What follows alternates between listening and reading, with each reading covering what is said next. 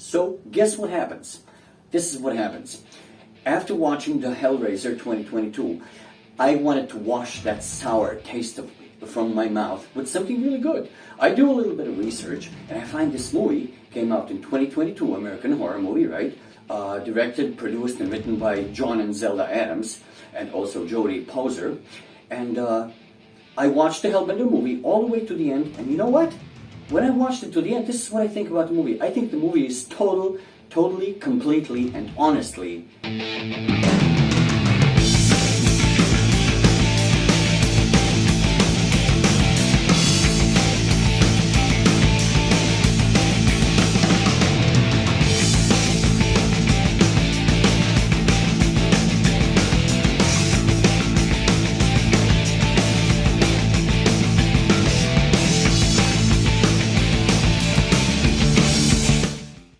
So first, lighting and visual effects.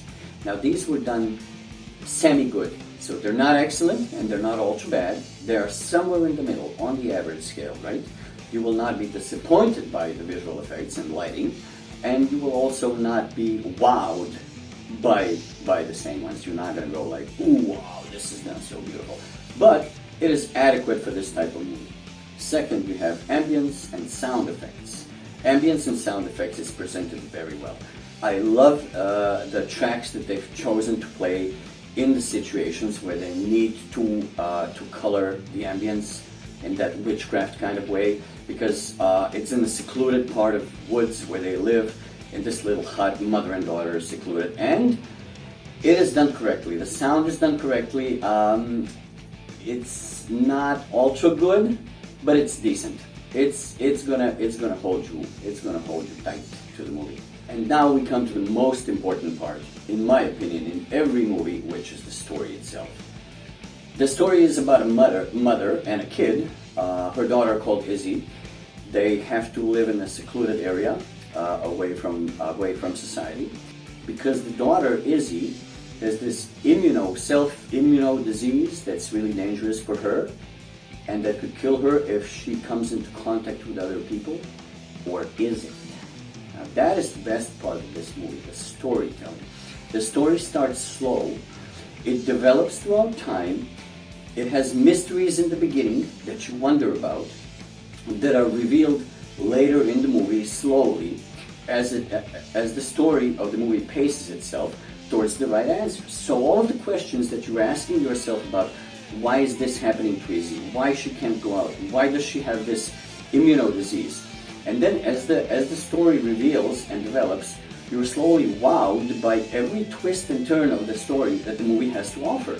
And it is presented exceptionally well.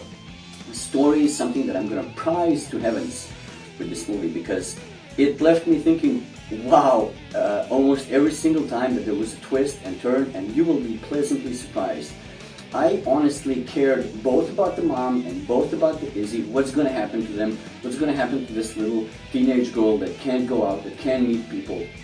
Is she going to progress? And the way her skills develop as she starts slowly to understand what she is, the way her skills develop and the way she discovers herself, made me wanting more. So the movie is 126 minutes long, and it made me wanting more when it was the end. And the ending was so brutally good. It's amazing. I won't reveal it to you, but so for the yes, this movie is so good. It's that good. The witchcraft is presented by plants and by eating life. So if you eat plants that do not feel fear, right, your powers are dormant. But if witches eat life and that life feels fear, they are filled up with this energy, which is a totally amazing concept and a great idea for a movie, especially for a witchcraft movie. Witchcraft lovers and witches, you will love this movie. You have to watch it. It's a must-watch for you. You can end this review right here, and you can go watch the movie. The rest of you stick around for a little bit longer. So yeah, the more powerful or the bigger, the more complex life you eat, the more power you gain, and it's harder to control. It made me want to become a witch myself. I was like, in the middle of the movie, when I saw them eating worms to gain a little bit of power, I was like, you know what? I think I'm going hungry a little bit. Okay, this review is over. I'm going to go look for some agates and stuff, okay? So actually, yeah. The story lifts this movie, it brings it up, and the rest of you who are not into witchcraft, do I recommend this movie for you? The final conclusion?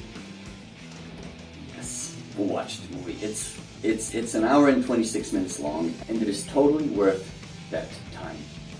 Thank you very much. I hope you liked the review. Stick around for some more good reviews. Like and subscribe, and believe it or not, I'm seriously going to go look for some tasty nuggets and stuff. Maybe get some powers. Bye.